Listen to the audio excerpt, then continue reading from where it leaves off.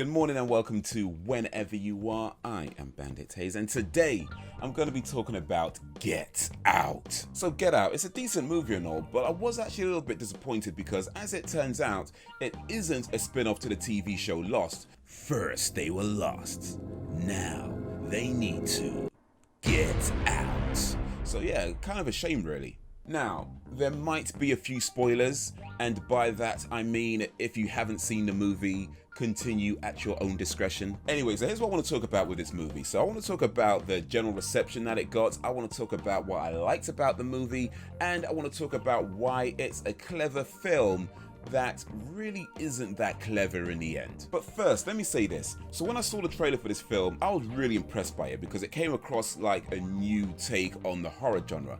I didn't know it was directed by Jordan Peele. In fact, I didn't even know who Jordan Peele is, but I've since found out that he is part of a comedy duo called Key Peele. Now, I've not watched any of their shows, but I do know that Dave Chappelle doesn't watch it, and because of that, I won't. See, here's the thing. Dave Chappelle is the type of person that I'd want to be friends with. And if you're my friend, then I got your back, homie. Your enemies are my enemies because you ain't never had a friend like me. So, as of right now, I'm putting Key and Peele on notice. If I see y'all out on the street, it's on. You and I, we got beef. But only one of us has got a plate. So I didn't see this movie when it came out, but I did see some of the responses that it got, and it got mostly good responses. You know, a lot of people rated it quite highly.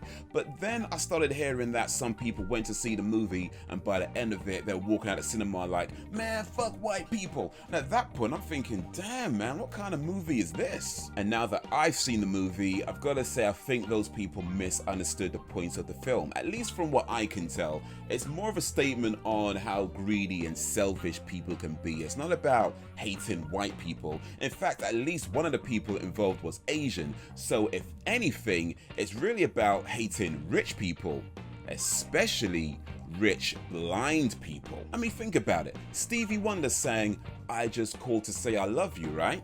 But how did he get her number? She would have had to repeat it over and over again until he memorized it. And if she's willing to do that, then she must be already on the level. He don't need to call her to tell her that he loves her. He don't need to call her to tell her how much he cares. She already knows. The fact that he had to call her means she didn't give him his number. What happened is that Stevie Wonder hired a private investigator to stalk her, to follow her around, find out all kinds of information about her, or I don't know, maybe he just got his friend to get out a phone book, or maybe she wrote it down in Braille. I don't know. I mean, do they even have phone books anymore? Is that still a thing? I might be showing my age a little bit talking about Stevie Wonder and phone books, but the point is, don't trust rich blind people. So here's what I liked about this movie. I liked that it plays on people's view of race because it starts out like a regular movie about an interracial couple and how they see the world differently. And it even goes into Rose seeing things from Chris's point of view and how shocked she is by it when she starts realizing certain behaviors. But of course, that's all misdirection because in the end, the film really isn't about that. It goes into this weird cult type family who are looking for people who are strong, fast, cool, genetically gifted so they can lobotomize them, and it just so happens that all the people they chose were black. So I guess in a way what they're saying is black people are better than whites and Asians, which is kind of racist really. Anyway, once it gets into the whole cult thing, that's where the movie really starts to shine. Like that whole hypnosis scene was brilliant. And if you watch the movie a second or third time, they might start spotting some of the little clues it drops to the bigger picture. Like Missy tapping a teacup right before Georgina comes over. Or Missy asking how Chris's mother died, perhaps wanting to find out if there's any hereditary diseases in the family. So overall, it's a pretty good, well-made, clever movie. Here's the problem though. It's also pretty stupid. So the Armitages knew that camera flashes would take the victims out of their trance or whatever it's called, which is presumably why Georgina unplugged Chris's phone. But even if they were successful in getting the phone battery to run dry, Chris still had his DSLR camera which has a built-in flash, so why wouldn't they also try to take his camera batteries? Also, what was the point of the whole charade? I mean, once they got Chris to the house, they only really needed to keep up pretenses until he fell asleep. At that point, they could have tied him up, take away his belongings, and do whatever they were trying to do to him then. Or even during the hypnosis scene, why didn't Missy also hypnotize Chris to just do exactly what they say, no questions asked, and then they could have operated on him? Especially considering that Chris was chosen because he's genetically gifted, and he even tells him that he used to do judo. Why are they taking so many chances? And at the end, when Chris flashes Walter, Rose was right behind him.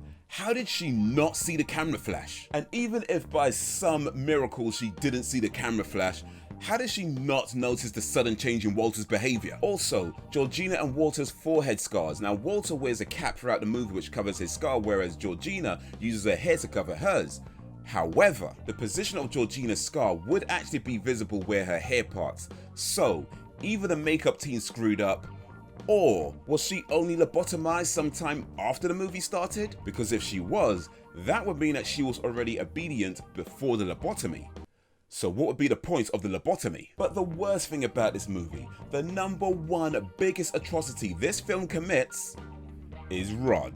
Rod's whole personality was the type of thing you'd have as the black best friend in a low-budget romantic comedy. And that was fine in the beginning of the movie up until about the middle when things are still fairly normal. But as it starts to tense up, as it starts to get more serious, this dude is still acting like a ghetto James Bond who is 2 points short of getting a GED. Actually, you know what? Let me take that back. Rod isn't the worst thing about this movie. Rod is the second worst thing about this movie. The actual, real worst thing about this movie is, who the hell uses Bing? I was damn near expecting someone to pull out a Microsoft Zune, but whatever.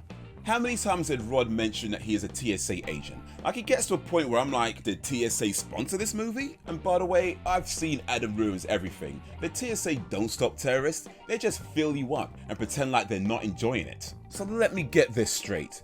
You expect me to believe that out of everyone in this movie, the person to save the day in the end was the rent-a-cop TSA guy who watched way too many conspiracy movies and conducted his investigation using Bing?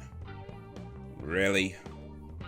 And as if that wasn't bad enough, at the end when Rod shows up in a TSA car, actually first of all, Chris was on the phone to emergency services right before he hit Georgina with his car, so they would have heard that, which means the police really should have been there long before Rod showed up. But whatever, Rod shows up, Chris gets in the car, and after all that edge of seat tension, after everything we've just been through, after all that epicness, Rod, in all his glory, with everything that he can muster, says, I mean, I told you not to go in the house. That was such a Scooby-Doo ending. In fact, the only thing missing was Rose following up with, and I would have got away with it too if it wasn't for those meddling kids. Jinkies! So, to sum up this video, it's a good movie that I think many people misunderstood, but because it has so many plot holes in it, the TSA propaganda drags it down to the sunken place. Which, to be fair, is probably the only place anybody actually uses Bing. And that is what I think of Get Out. What do you think? Passive aggressive or micro aggressive? Let me know down below, and if you liked this video, give it a like and share it amongst your friends. If you did not like it, then give it a dislike and share it amongst your enemies. Either way, let me know your reasons in the comments. Subscribe if you have not already. Thank you for watching, and until whenever, if ever, now sink.